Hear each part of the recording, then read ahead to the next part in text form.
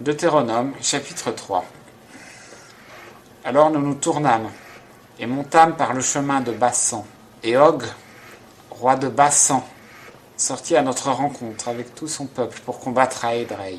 Et l'Éternel me dit, ne le crains point, car je l'ai livré entre tes mains, lui et tout son peuple et son pays.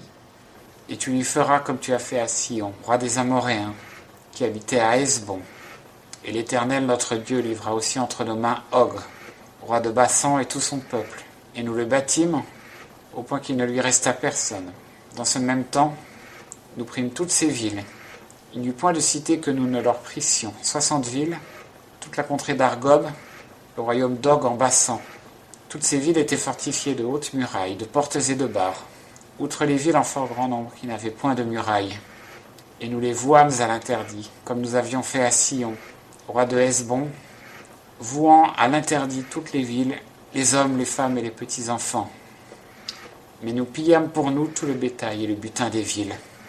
Nous prîmes donc en ce temps-là le pays des 2 rois des Amoréens, qui étaient au-delà du Jourdain, depuis le torrent de l'Arnon jusqu'à la montagne de Hermon.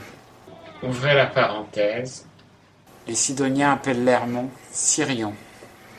Les Amoréens le nomment Shémir. Fermez la parenthèse. Toutes les villes de la plaine, et tout Galad et tout Bassan, jusqu'à Salca et Édrei, les villes du royaume d'Og en Bassan.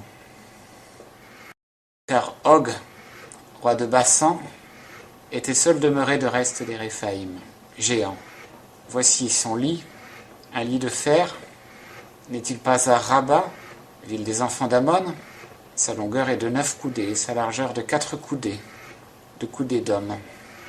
En ce temps-là, nous prîmes donc possession de ce pays, et je donnai aux Rubénites et aux Gadites ce qui est depuis Arouer, qui est sur le torrent de l'Arnon, et la moitié de la montagne de Galad, avec ses villes.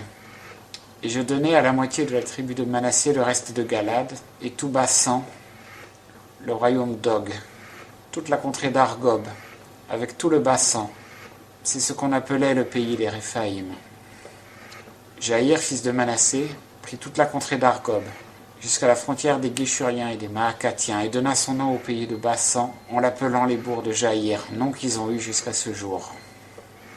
Je donnai aussi Galad à Makir. Mais je donnai aux Rubénites et aux Gadites, depuis Galad jusqu'au torrent de l'Arnon, jusqu'au milieu du torrent et son territoire, et jusqu'au torrent de Jabok, frontière des enfants d'Ammon. Et la campagne, et le Jourdain et son territoire, depuis Kinneret jusqu'à la mer de la campagne, la mer salée, sous les pentes du Pisga, vers l'Orient. Or, en ce temps-là, je vous fis ce commandement et vous dis, l'Éternel votre Dieu vous a donné ce pays pour le posséder. Vous tous, hommes vaillants, passez en armes devant vos frères, les enfants d'Israël. Que seulement vos femmes, vos petits-enfants et votre bétail. Ouvrez la parenthèse. Je sais que vous en avez beaucoup. Fermez la parenthèse. Demeurent dans les villes que je vous ai données, jusqu'à ce que l'Éternel ait mis vos frères en repos comme vous, et qu'eux aussi possèdent le pays que l'Éternel votre Dieu va leur donner au-delà du Jourdain. Et vous reviendrez chacun dans la possession que je vous ai donnée. En ce temps-là, je donnai aussi cet ordre à Josué en disant, tes yeux ont vu tout ce que l'Éternel votre Dieu a fait à ces 2 rois. L'Éternel fera de même à tous les royaumes où tu vas passer. Ne les craignez point, car l'Éternel votre Dieu combat lui-même pour vous.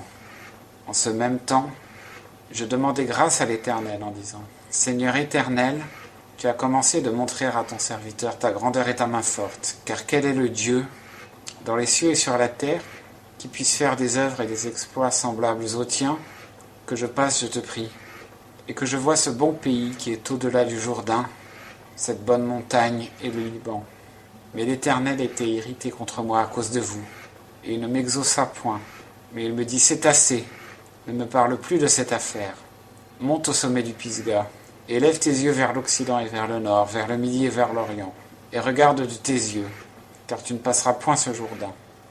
Mais donne tes ordres à Josué, et fortifie-le, et encourage-le, car c'est lui qui passera devant ce peuple, et qui le mettra en possession du pays que tu verras. Ainsi nous demeurâmes dans la vallée, vis-à-vis de Beth-Péor.